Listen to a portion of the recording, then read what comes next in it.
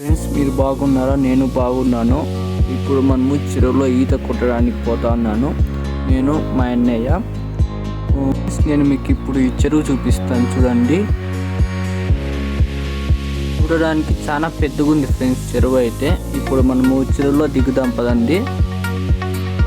Friends, చుట్టూరా చూడండి, ఒక్కరు కూడా లేరు, నేను మా అన్న తప్ప. హాయ్ ఫ్రెండ్స్, మనం ఇప్పుడు ఈత నేర్చుకుందాం పదండి. ఇక్కడ కొన్ని జాగ్రత్తలు చూసుకోవాలా ఫ్రెండ్స్. మనం ఇప్పుడు నీళ్ళకి దిగుతున్నాము. ఇక్కడ జాగ్రత్తలు ఏమంటే చెరువు కదండి ఫ్రెండ్స్, చాలా ముళ్ళ కంపలు అన్నీ ఉంటాయి.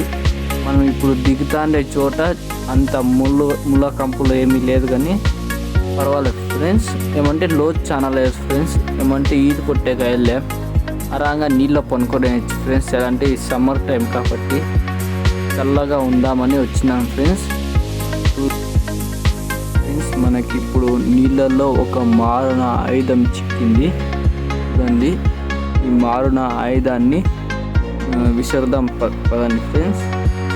విసిరిన తర్వాత చల్లగా రెండుసేపు పనుకొనేద్దాం నీళ్ళలో. చల్లగా రెండుసేపు పనుకొనేసి మళ్ళా లేచిపోయి పైన కూర్చుందాం ఫ్రెండ్స్.